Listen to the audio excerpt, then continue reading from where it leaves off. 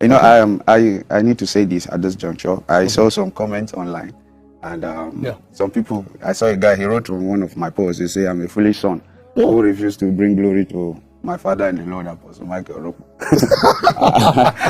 I saw that message. These people lie, you know. These are online brethren. I laugh. I said, I just deleted it. Normally, I don't talk, you know. Oh, okay. But I feel. But what will make them say that? You know, there's nothing like that.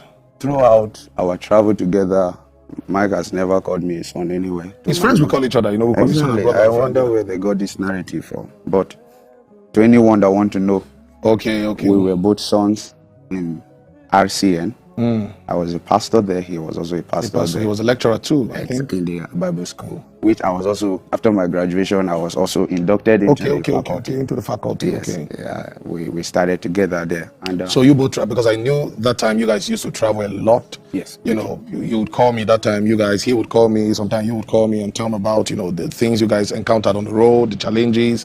Many times you guys escaped accidents, and it's amazing. It was not funny. I remember those days I used to be very pissed off. I said, you guys should rest. How will young men like this?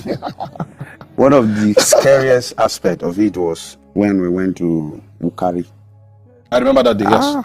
Ukari, Zakibia. They were fighting. It was the last bus stop. Yes. A thief man cannot carry you cross that place, yeah. So they drop us at the last bus stop at Zakibia. And then we have to wait for an Hausa man to carry us and cross. A Juku man can't cross. That's amazing. A thief man can't cross. So an Hausa man crossed. The whole place was like a dead zone. Wow. You could if a pin dropped, you could hear it. And fear was palpable. And it was a communal clash. When we were done with the program leaving, they were dragging the corpse off the road.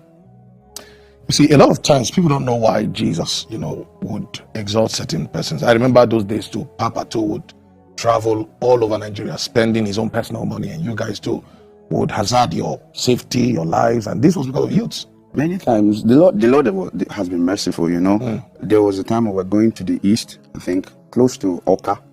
This bus overtook us on the way. And after a few minutes when we came, we saw the bus parked with double traffic gate. People coming out of the bush.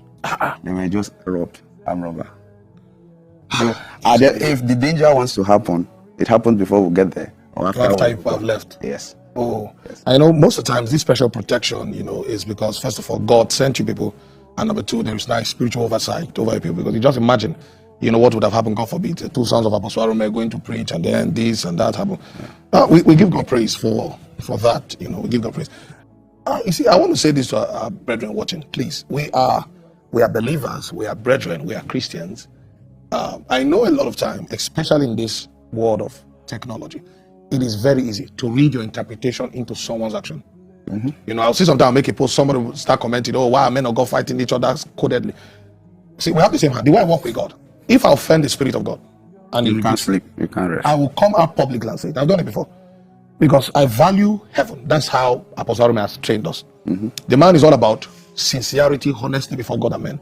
You see, and a lot of times we have people out there, you know, who try to paint an image that would keep people away from you, because they know that if they come close to you and interact with you, they'll find something different. I think that's under strategy of the devil. Personally, now, you know what I face every day. You know, people say, "Oh, I'm attacking every man of God." You know, and the funny thing is, on my platform, who are the people I've actually called their name and said this one is false? And when I say someone is false, I'm not saying he's a bad person, but I'm saying, as regards religion,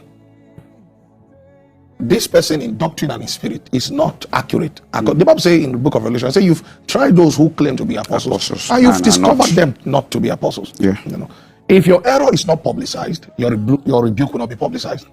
If an error is publicized, then the rebuke obviously should be publicized. You know, look at the people that I say, "Oh, this one is fake." People like Passion Java. Please stop. Don't name him. This is a friendly discussion. It's not your Talibani work, please. But the truth is this, you know, our generation do not know what a prophet is anymore. You know, and we live in a highly politicized generation that tell you, don't talk about it. It doesn't concern you. The truth is, sorry to cut you. Yes, please. I feel that there's a gap in discipleship. And yes, that's true. There's a gap in discipleship. What we have now is majorly Fanbase. Oh yes, Fanbase instead of disciples. Okay. You see a lot of striving for for celebrityhood. And that is why it looks as if it is fanatic something that we are doing. Or so this person is for you, this person is against me. This That's person what makes it difficult. is difficult. So once a man of God is accepted by somebody, and you are questioning the character of that person or his doctrine, they feel you are attacking their celebrity or their man of God. And they would never sit down to They will not sit listen. down to listen. And again, I think our generation, for instance, we have lost the appetite for the word of God. Yes. A lot of people are just looking for instance, I observe when you put a controversial stuff online, It flies. it flies a lot. I notice. When you put the word, Nobody listens to it. Nobody wants A lot of people are watching this now, I believe, because they feel, oh, maybe they're going to say something controversial. I know some media houses are actually what you will see the simple discussion now. You will see how they will read the narrative to It's it. because we're in the last days. The Bible says they will not endure sound doctrine. Okay. It's itching ear. They want to know what is happening, and then the people on the pulpit are also under pressure to give them what they want to hear. And then again, YouTube is not making it easy anymore, because there's a monetary value as long as you can bring traffic to. I remember Papa used to feed us free of charge because none of our parents gave us anything to contribute to. He would feed all of us. I remember those days even Reverend Hughes was staying there. Ikoro, me, Mike would come once in a while. He would be coming because of us, from his place to stay with us there, from his sister place, I think, to stay with us and rest. And it was an amazing time we had with that discipleship, and that a conclave was actually forming under our mentor, Chief Donatus, that Papa set over us. Yeah. But at some point, when this whole thing started coming, it's no news that it seemed as though there were certain lines we unknowingly crossed, and as young men, there were certain things we did, which if we look back today, we say, we shouldn't have taken this step, because now we know leadership, we know submission, we know that there are certain years. So, today we see media houses painting their own story. I don't know where they're getting their stories from, but I want you to also throw a little like that if you want to, on what caused the rift, how you found yourself in Abuja, and how you now reconnected back with Papa. That timeline, what happened during that period.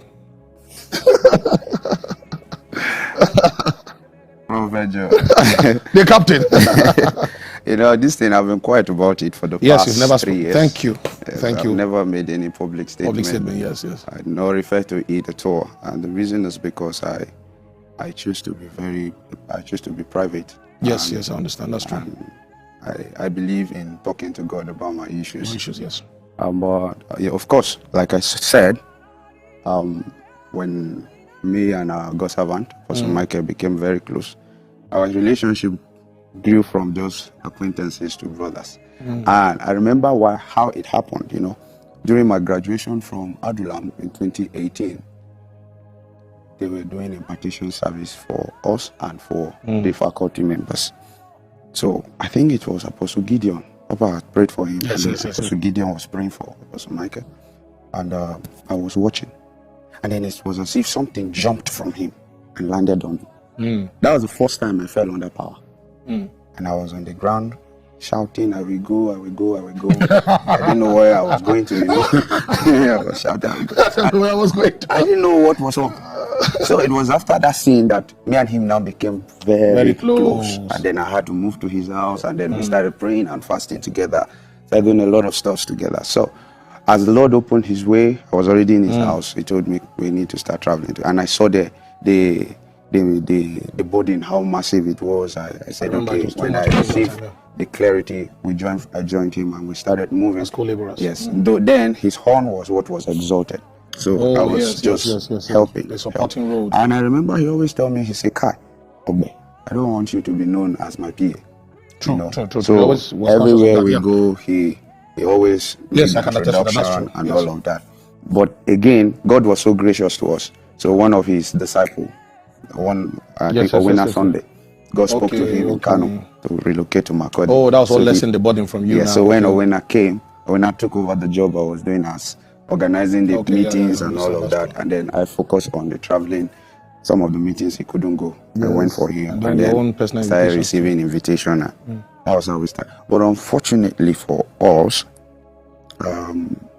Satan know the rest. That's a new slogan. Satan know the rest. Satan know the rest. Unfortunately for us, there were few persons that were not happy or okay. comfortable with what the Lord was doing with us at that time, and we started hearing all kinds of stuff. And Satan also manipulated persons, what was not said. It was terrible. It was terrible. It was a terrible time, But I think it was in both ways. It was both ways. They said Mike said this, they say I said this, and Papa's ear were filled with what. You people too are hearing that those people also are saying things, and it was both. They said Papa has cost us. And giving us 5 years to have. You remember? But this was the same man who said to me before that, okay, go into this ministry.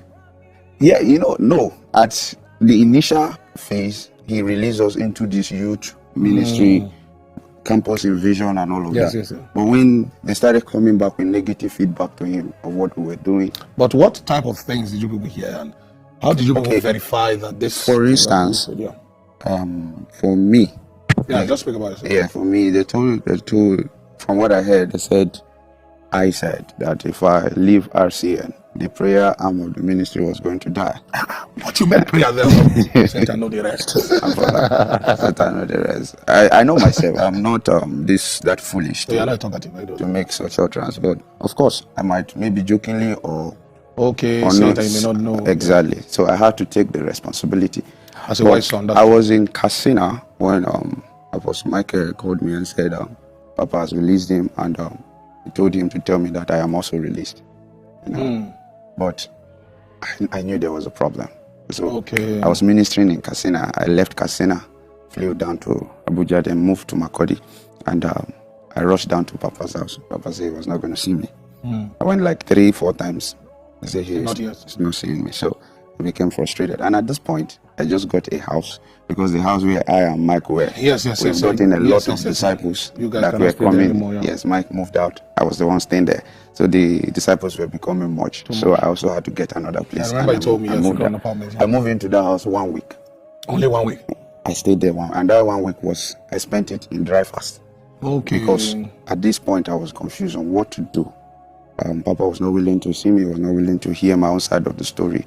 And I was released. But it was later I discovered that he understood how close I was with Mike. And he respected that our relationship and that bond. He knew that if Mike leave, I might also want to leave. So it's okay, you guys just go together. Exactly. Maliciously did it. Exactly. So but I wasn't comfortable in my spirit. So I went into the closet and I spent like 7 days in dry fast, asking the Lord what to do.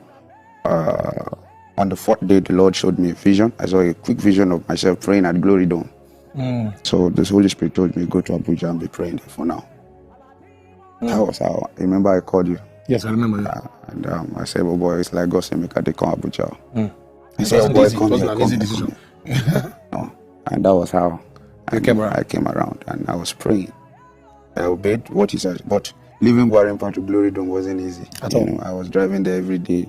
And then the security structure there didn't make what I really wanted. That's true. So that made me even believe that maybe God wanted me to submit to the Petra. Your mind. Yes. Because I saw him in visions and all of that. And I was granted access. I actually saw him when Daddy was not responding to me again. So I knew I needed to quickly hide my head somewhere. But to chip in something, a lot of people don't know that when we have these issues with our spiritual father, sometimes it's actually a trial of sonship. Yeah. If I knew the things I know now, there are certain hasty decisions one would have not taken, no matter what. One thing I would like to say, men, elder brothers like Reverend Upore and elders like Evangelist Ikechukwu, they spoke to me. They told me that no matter what, I should stay and I shouldn't move yet. Let them see how they can pacify Papa. Yes. But I told them that, Kai, at this level, I don't think Papa will trust me. If I'm to continue to stay, I will be paying a price too heavy for me to pay, because I will now be forced to begin to do things to win his loyalty, to show him that. And that's not how we are taught to serve. Exactly. And then I will be forced to believe in a pretentious. To the eye service. Eye service. So I observe it as in. So when the Lord gave me the option of coming over to Abuja to pray, I was happy. It was in that prayer season that Apostle Michael reached out to me. He said he has received clearance to start his ministry. And since this is what we are facing, he doesn't think we should go our separate way yet, that I should if God has not given me go ahead to start my work, I should join him. Let's build this ministry he was about to start. Okay. So join him as an assistant, or It's just to support what he okay, was as a friend, yes, since you're already on ground. Yes, exactly. And it was a clear discussion. He told me anytime I feel it's time to move, Okay, you can now go I on should let your you know. way. Okay. And we give the support. And that was exactly what That we period, did. I was jumping in my parlor, telling people you are fake. And when we started, the Lord showed us mercy, you know. Amazing what God is doing with him now. And Yeah. But I saw the glory that was coming, the affluence, you know, in the place of prayer. I saw everything. It was so clear. So I knew that if this thing should hit me here, I might not be willing to go and start this labor I'm laboring. You know, and then twice, when the thing became glaring, after we started for like 6-8 months, that it was time for me to step aside. I remember you told me, yes. I told him, he felt it wasn't time.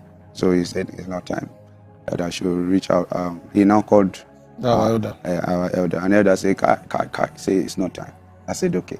So we died the matter. You sacrificed a lot too. Yes, and we continued. But after like a month or two, it became very obvious. So I had to tell him again, I said, bro, this thing, man, I see they get more. He said, that means this time around it must be the Lord, that if that's the case, it is good to jump in while the water is still being stirred. And that no problem, the church was going to pray for me and bless me so that I would go ahead and do Which they did. And that was how I left and started this work.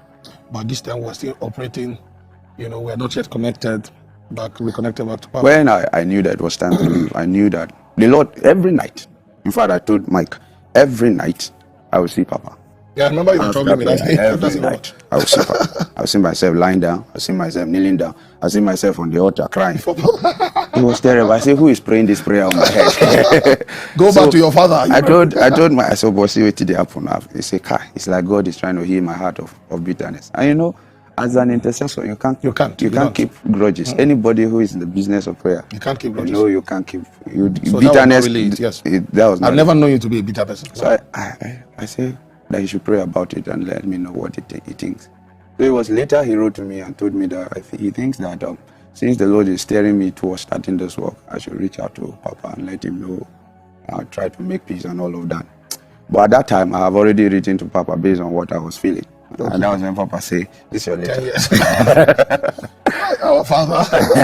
I said, Daddy, please. You know, I didn't even understand it then. I was like, okay, what exactly did I do that is unforgivable, you know? I never knew. That was when wisdom ministered to me. You don't write letters to fathers. You don't write letters to go back. That's true. You know, you must have received a message from a lot of people that want to submit to you. Yes. No, I don't take it serious. You will not take them serious. Yes, you have to come. If you are serious, you'll come.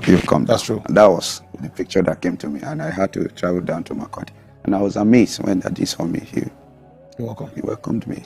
Do you know that I started hearing that some people are describing our father-in-law as bitter and jealous, and they don't know the man. God have mercy. They don't know the man.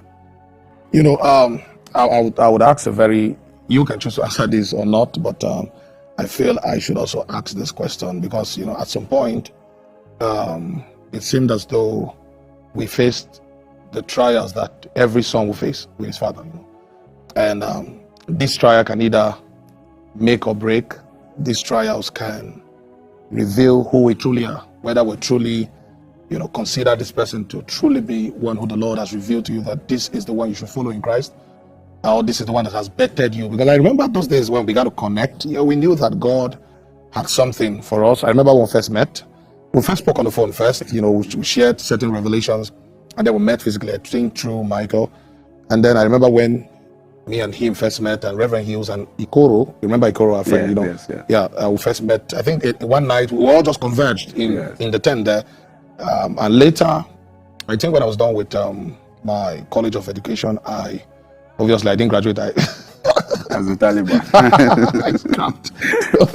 So I got back home, took my bag, and I told my parents, I'm leaving home, I'm going to tent, and that's where I'm going to be staying.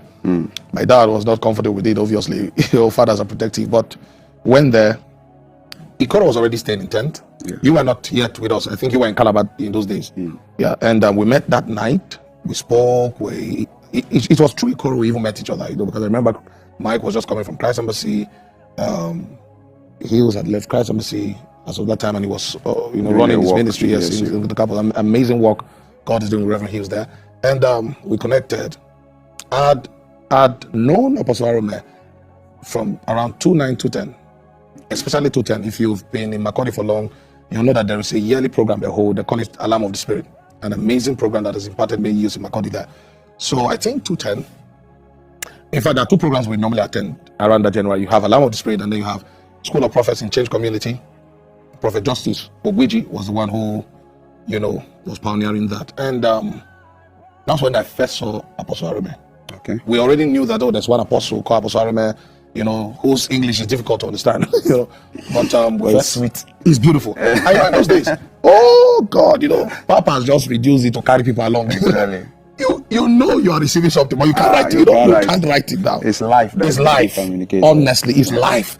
And you see, that fountain that got better with him was not too common. I remember in those days, this utterance, Papa Chris Delvan had this utterance, when he was worshiping, he would speak, and Apostle Papa was coming with this fresh thing in Makodi, in a place dominated by orthodoxy and conservative kind of Christianity. So I saw him, and I remember in that program, I think it was Methodist that Alarm of the Spirit was held, and I saw him, and I said, what kind of man is this? We had a small prayer group in those days, burden bearers, with our mentor at that time, Pastor Victor Onuche, amazing man of God. God is also using greatly in Makodi there.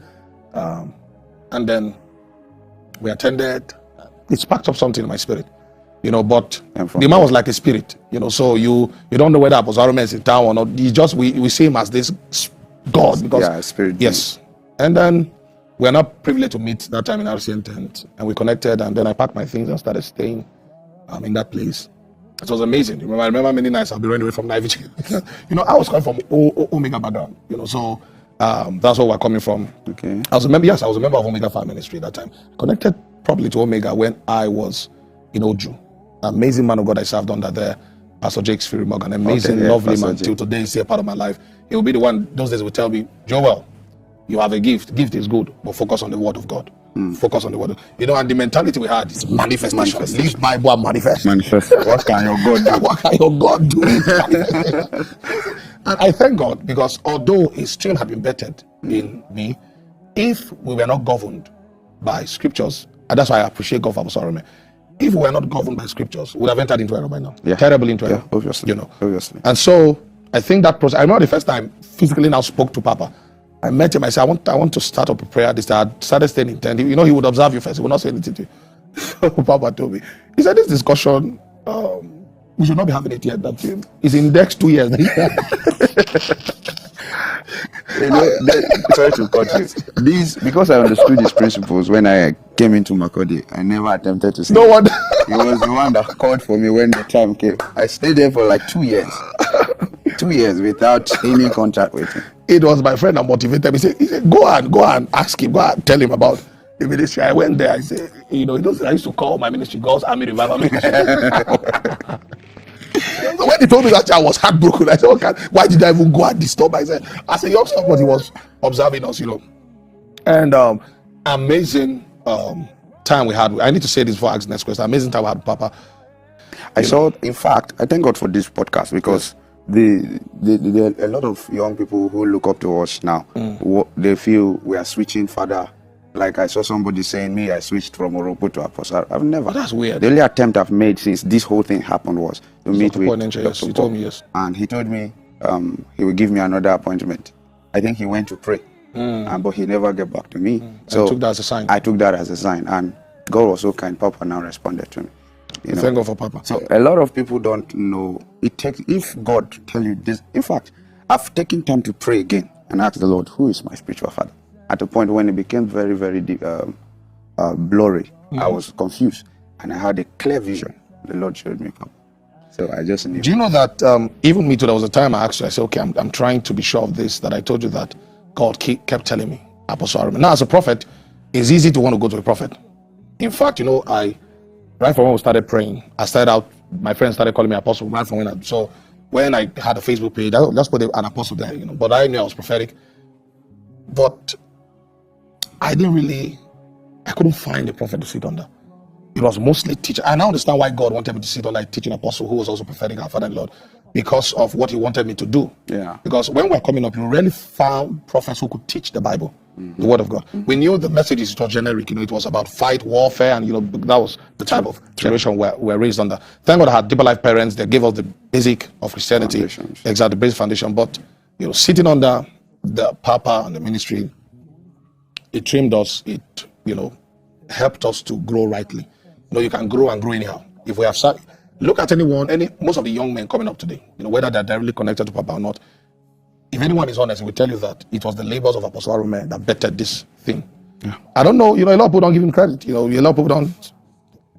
Some people get angry when I always talk about Papa on and they are using his words. And they're using most of the words we use now are words that he made exactly from him. Exactly, you see. Potters. Exactly. Monarch of Zion. I grew up under a culture that celebrated fatherhood. It's important because it shows that there is a heritage that existed that is being passed on. Exactly. I always talk about my father and the Lord. It's not for politics. I've had followers even before Papa publicly started identifying with me. Right from when I was young. Anyone who was with me in RCN that I knew that people would drive and come and look for one young boy called Joel. Joel here because of the gift I had. So, but they live. When would you celebrate this man? These men are gifts. Under 20, 30 years, if Jesus starts to come, we'll write stories about a man that once lived called so person, called Pakubu, you call Aps Arome Osayi, call all these men are gift. We are seeing a gift of God in our generation. True. So why shouldn't we celebrate it? How did you come about submitting to Apostle Arome, and what was the training like? In RCM, for those who may not have an idea of what the training is like in RCM, because today a lot of people tend to gravitate towards men of God that have some form of visibility. They like the way they teach, and on TV they see the manifestations, and that pushes them towards this man. And a lot of them come, experience it, they come and tell you, just lay hand on me, let me get the impartation and power. But at least I know personally that true impartation comes by discipleship, because if you read scriptures, you discover that a non-disciple was never imparted by Jesus. Yeah. The people he imparted consciously were the people that submitted to discipleship. So how was the RCN discipleship program like? How was that environment? Because personally, I know it helped me. There were a lot who were all running amok until we came under that ecosystem. So just give us an idea of how that ecosystem was like and how it affected you. Maybe throw some lights on examples of your routine, the routines that you kept. And yes, let's. Okay. Thank you, sir. The captain. My experience at the RCN camp was heaven on earth, because that is where I gained stability, I gained some level of maturity, a lot of stuff. I listened to Papa a lot. I listened to his sermon, so I already understood his principles. Yes. So when I got to Makurdi, I was not in a rush to meet with him. And one thing I observed there is you learn by observation. Observation, that's true. Yes, they throw the platform open for you. Just learn. Look at what is happening. Take what you can take, apply to yourself, and grow. And which is what I did exactly. I love that. When I went, I saw that the tent was never closed. Yes, it was always open. It was always open. I remember we were sleeping there those days. Yes, there's a structure. So when it became clear to me that I was supposed to submit to Daddy, I knew that he was still working at that time. Yeah, he was so he never had enough time for anybody. But there were men that had his spirit. And exactly. And he said, submit to me through this man. Yes. You got close to Daddy Chief Don. Yes, exactly. Chief Donatus. Yes, I understand. Chief Donatus, I and I think Apostle Orokpo. Yes, and me that time, yes. We were directly under his supervision. Yes, because he's a prayer man. Yes. Me and him connected so deep. It was, it was beautiful. Anytime he comes to the tent, he will see me in the hall praying. Come on! Every time he comes around, he see me there praying, and he just fell in love with me. Oh. He started showing me, okay, on the stage, do like this, don't do like this, do like this, don't do like this, So he took that responsibility of supervision. And then Papa was just there for the oversight. And I tell you something, my first interaction, I was trying to say it on my platform on Sunday, but I couldn't. Because of time. Yes. My first interaction with Daddy was, he called me. He said that, do you have international passport? I said, no, sir. He said, okay, he counted 23,000. Wow. And gave it to me. He said, go and get a passport. I want to send you to Uganda. I want you to go to Uganda. And wow. When you come back, then I know you have learned the song of the elders. He said, in Uganda, the women there will want to come and have children for you. They will offer themselves for you. So I think that was another way of taking your training to another level. So I was conscious of that. While we were preparing for the takeoff to Uganda, a lot of stuff. Before that time, me and Apostle Michael became very close. In fact, we were living in the same house at that moment. Okay. And the Lord spoke to me in 2019. He told me 2018, 18th of December 2018 was my birthday. Yes. So I took 3 days to fasting. You used to fast a lot. You still fast a lot. You still fast. Trusting the Lord for a word for the next phase. And he spoke to me, said 2019 was the year of emergence. I never knew what he meant. I remember you told me that thing. So, because Mike came back from his visitation to his father, and he told me, "So, boy, I was praying, and the Lord spoke to me. He said 2019 was the year of emergence." I said, this is what the Lord told me while I was praying. Yes. Wow. You see, you forget that thing. I tell you what God tell me there. And we started calling ourselves the year of emergence. The emergence of the monarch, I remember. Exactly. So, we now decided to draft a program of fasting, prayer, and study. Yes. We did that for from January into March. I want to ask something. Sorry for cutting you short, sir. You told us you were staying in tent, and then now you're saying you're staying with Mike in that place. I met you people. So how did you come about even going there? I grew because very I knew you fast. were tent commandant that time. Exactly, I grew very fast in tent because of my commitment to the prayer and oversight. Okay. So I became the tent commandant, and then after my Adulam program in 2018, the Lord told me to stay. At that time, they introduced something in the Adulam program where students are sent to different ministries on request for internship. Yes. So my friends that we finished together wanted to go to Abuja for internship. Okay. But in the place of prayer, the Holy Spirit said, no, stay here. So while I stayed, me and Orokpo now connected deeply. So I was in his house for this fasting I was talking about. Because he was traveling. So I told him, well, since you will not be around, and I want a place to just stay with the Lord. He said, no problem, I should go to the house. So when he came back, after we shared our similar encounters, he now told me that, okay, I'm welcome to stay since he stays in his room alone. That we could stay together. I think our brother Reverend Hughes too was around. No, the house was a two it was an amazing flat. time. Yes. So Reverend Hughes and one of his pastors were in one room, and Apostle was in one room. So I and Apostle now stayed in one room. Oh, so that was when you really now connected. Connected. So, and we started that program. And I think on the 1st of March, that was his birthday. There was a message that went online, and the Lord amplified it. So his invitations and everything increased. And one day he was traveling, he asked me, we should travel together. And based on how the discipline I have been and the level of understanding I've had, Papa always shout, don't take off like a tornado. So I say, Lord, I went to tent, I have to go and pray. Lord, if it's not time, please take it from his mind. Because I was actually a bit not... You've always been a cautious person. I was very conscious not to offend the Holy Spirit, and I didn't want to go ahead of my time. Exactly. Because you were still under discipleship with Papa. So I went to pray, and the next time he brought it up, I said, okay, we should. So we traveled together. I think our first mission together was in Obubura. Is it Obubura or Obudu? Okay. Unical Obudu branch. The power of God broke out. He preached, and he called me to lead the people to pray. We prayed. Was this your first public? Yes, meeting with him. Okay, with him. Okay. Yes. Prior to that, Reverend Tony has given me a meeting. Yes, obviously. Yes. And all of that. So, but that was the first major outing with him. And then from there, we moved to, I think he had 2 meetings clashing. One in Lafia, one in Anambra State, Newi. So he asked me to go to Newi for him and take a meeting, the first and second session. Since he would be in the other place. So that was the meeting he preached, 4 wings of revival.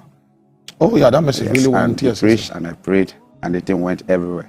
So it looked as if we bonded deeply in this thing, and then we started traveling together. Brothers. Yes. I was a bit conscious because I was still conscious of the fact that, but then I think I took a lot of things lightly because I assumed that Papa was happy with the movement we were making together, which I know he was. But there was no official seal on it. Okay. In my mind, I felt okay. It was still RCN ministry that we were moving together, and it happened that when the wave of what was happening outside came home, Papa now made it official. Okay. To just give you people that backing. Exactly. Oh, beautiful. He now told Mike to oversee the youth arm of the ministry. Of the ministry, okay. And I You should assist. assist. Papa has always been supportive of, almost Yes. everyone that has come under his wing. Wow. Yes. Wow. Yes. So it now became, he now made you and him the pastors of the youth. Yes. So he now allowed your traveling ministries. Exactly. Okay, I understand now. Exactly. That's beautiful. That's beautiful.